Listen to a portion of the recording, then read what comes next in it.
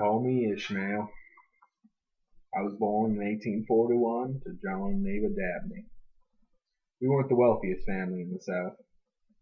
My father was an innkeeper. Probably still is, come to think of it. And my mother worked as the barmaid downstairs. My brother Frederick was around too. Though I didn't get to see much as he was always off working for that shoemaker. For the most part, my childhood was uneventful. The best times were when Frederick would take me out hunting in the mountains. When I was 10 or so, we came across a black man, like a bat out of hell. He didn't have no shoes and wore tattered clothes. Didn't realize it at the time, but thinking back, he must have been a runaway slave. He seemed nice enough, though figures he didn't stay for long. Frederick and I decided not to tell anybody, and we've held that secret our whole lives. I guess it's the one thing I can hold on to back from home. Well, that and my brother's rifle training. I didn't realize it then, but it saved my life more than a few times. Up until I was 20, most of my life was just cook, clean, sleep, repeat. We would have the occasional drunk come stumbling in haphazardly through our door. That always scared me, so I guess I grew out of it. When I was 14, some people in Kansas started making a fuss about slavery. I would hear about it around the inn. Father always said that slavery was the true way of life. Oh, we didn't own any slaves, but Father hoped to someday. I didn't see why one man was worse than another. Still don't. Suppose I just think like my mother. By the time I was 20, I felt that I had a pretty good grasp on things.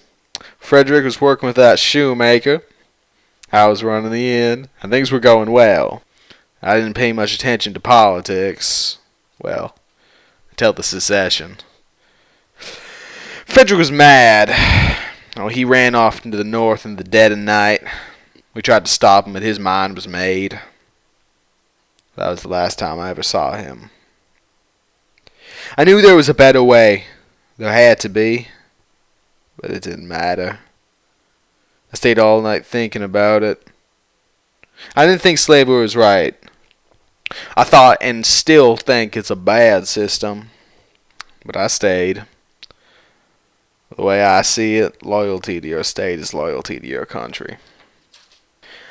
The next morning I left to join the Army of the Confederacy.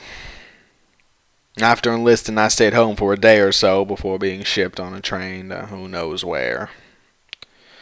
Upon arrival, they herded us into barracks. They drilled us day after day. I learned to walk in step, clean my gun, fire my gun, and charge. They even gave me the best set of clothes I ever had, and they treated me real good. One day we were sitting in the mess, and we heard news of Sumter. Some cheered, some laughed and celebrated. Fort Sumter had fallen to the Confederacy. And there was much rejoicing. But we were all excited. I was scared to go to war, and I can tell everybody else was too. A few months later, we were shipped off north. There was going to be a battle. They loaded us onto trains, and as we were leaving, everyone in town came to see us off. They cheered us and gave us flowers. There was a choir singing, and all the soldiers were yelling to their loved ones. Never felt so special in my life. Soon we arrived at Manassas, and I'd never felt so nervous in my life. They sat me down by a ridge, and we looked out at all the people there to watch the battle. I could hear the Yankees to my left. I looked over and didn't see anything, though. The 15th Regiment came running out of the trees, sprinting with a massive Northern war machine behind them. My stomach dropped as we saw the slow, steady, and unstoppable march of the Union emerge from the tree line. We fired. Not even a dent. They were sweeping over our flank, and I leapt up and ran faster than I'd ever run before. The lieutenant yelled to retreat to Jackson's line. Well, I saw Jackson's wall and practically jumped up before falling behind the stone barrier. I lined my rifle up with those around me and watched as the seemingly unstoppable force of the Potomac threw itself against our wall. My mind left my body as I kneeled there petrified with fear, still firing with the rest. Their numbers slowly dwindled and eventually they retreated. Commander Jackson told us to yell the most terrifying, savage yell we could muster and run down after him. I'd never felt so relieved in my life when we walked back to the tents. We slept more soundly than we ever had. Jackson adopted me into his command. He was nice enough. The soldiers took to calling him Stonewall, and he seemed all right with it. 2 years went by, and nothing much happened. We drilled, and drilled, and drilled, and then drilled some more.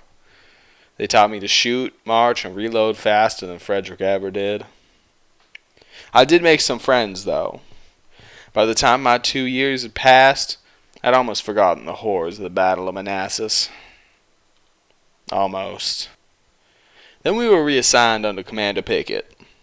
My friends came with me, though, and we had a ride of a time going to the north with them. They called it the Second Invasion of the North. We were marching one day when a couple of Plains Indians attacked our company out on patrol.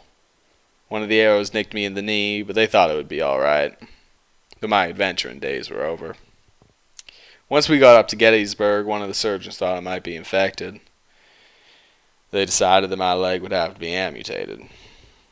July 1st, gave me a couple shots of whiskey and took my leg. They didn't end up putting that equipment away for at least 3 days.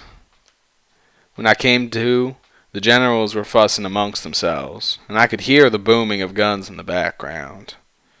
I could tell something was wrong. I was looking out at the top of the hill, and one of the surgeons that gave me crutches told me that I was looking at the entire Union Army stretch out across it. For a while, they had me helping the cannons, loading, cleaning, but eventually they had me rest. The next morning, Lee and Pickett were arguing, and rather loudly at that. Eventually, Pickett seemed to win and proceeded to address his troops. I had wished I was among them at the time. No, I'm glad I wasn't. He delivered an expiring speech. He told us we were the men responsible for the victory of the Confederacy and the honor of the South. It was the greatest speech I've ever heard. And then he commanded us to charge. My friends, people who I'd spent my last 3 years with, were leaving to die.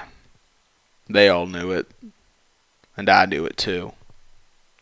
There was a valley beyond 2 hills over a mile away.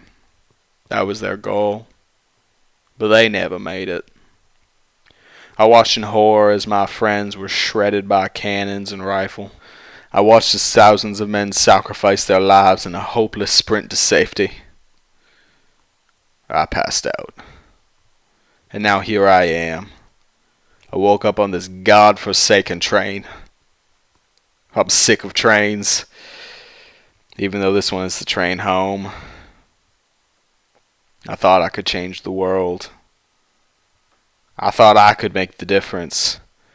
Now I've ended up back where I started. This time with a missing leg. Where this takes me, I don't know. But anywhere is better than where I'm coming from.